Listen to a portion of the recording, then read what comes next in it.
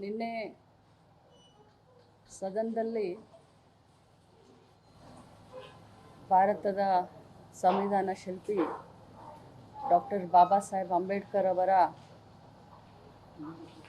ಒಂದು ಅವರಿಗೆ ಅವಹೇಳನಕಾರಿ ಮಾತನಾಡಿದ್ದಾರೆ ಅಂತ ಹೇಳಿ ನಾವೆಲ್ಲರೂ ಧರಣಿಯನ್ನು ಮಾಡುವಂಥ ಸಂದರ್ಭದಲ್ಲಿ, ಯಾಕಂತಂದರೆ ಅಂಬೇಡ್ಕರ್ಜಿ ಅವರಿಂದನೇ ಇವತ್ತು ಮಹಿಳೆಯರು ನಾವು MLA ಆಗಲಿಕ್ಕೆ, ಮಂತ್ರಿ ಆಗಲಿಕ್ಕೆ ಸಾಧ್ಯ ಆಯಿತು.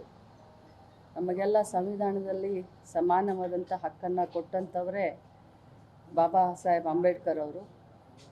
ಅವರ ಒಂದು ಧರಣಿಯ ಸಂದರ್ಭದಲ್ಲಿ ಎಲ್ಲರೂ ಧರಣಿ ಮಾಡಿ ಮುಗಿಸಿ ನಾವೆಲ್ಲ ಕೂತ್ಕೊಂಡಿದ್ವಿ.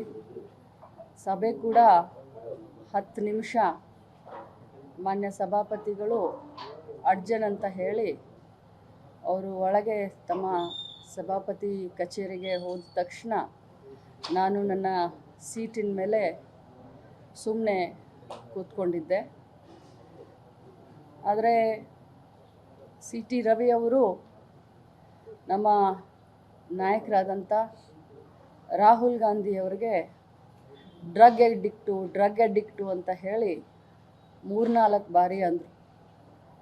ನಾನು ಮತ್ತೇನು ಸುಮ್ಮನೆ ಕೂತ್ಕೊಂಡೆ ತಾಳ್ಮೆಯಿಂದ. ಮತ್ತೆ ನನ್ನನ್ನು ನೋಡಿಕೊಂಡು ಡ್ರಗ್ ಅಡಿಕ್ಟ್ ರಾಹುಲ್ ಗಾಂಧಿ ಅಂತಂದರು.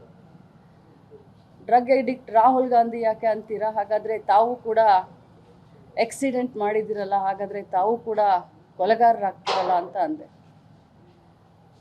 ನಾನು ಹಾಗೆ ಅಂದ ತಕ್ಷಣವೇ ತಿರುಗಿ ತಾವೆಲ್ಲರೂ ಕೇಳಿದ್ದೀರಾ, ನನಗೆ ಆ ಪದವನ್ನು ಬಳಸಲಿಕ್ಕೆ ತುಂಬ ಅಸಹ್ಯ ಆಗುತ್ತೆ. ನಾಗರಿಕ ಸಮಾಜದಲ್ಲಿ, ರಾಜಕಾರಣದಲ್ಲಿ ಭಾಳಷ್ಟು ಧೈರ್ಯ ಮಾಡಿ, ಭಾಳಷ್ಟು ಕಷ್ಟದಿಂದ ಒಬ್ಬ ಸಾಮಾನ್ಯ ಕಾರ್ಯಕರ್ತೆಯಾಗಿ ಇಲ್ಲಿವರೆಗೆ ಒಬ್ಬ ರಾಜ್ಯದ ಎಲ್ಲ ಮಹಿಳೆಯರನ್ನ ಪ್ರತಿನಿಧಿಸ್ತಾ ಇದ್ದೀನಿ. ಇಂಥ ಸಂದರ್ಭದಲ್ಲಿ ನನಗೆ ಆ ಮಾತನ್ನು ಒಮ್ಮೆಲ್ಲ 10 ಬಾರಿ ಹೇಳಿ ನನ್ನನ್ನು ತೇಜೋವಧೆ ಮಾಡಿದರು. ಇದಕ್ಕೆಲ್ಲ ಹೆದರೋದಿಲ್ಲ ನಾನು. ಆದರೆ ನಾನು ಕೂಡ ಒಬ್ಬ ತಾಯಿ, ಒಬ್ಬ ಅಕ್ಕ, ಒಬ್ಬ ಅತ್ತೆ.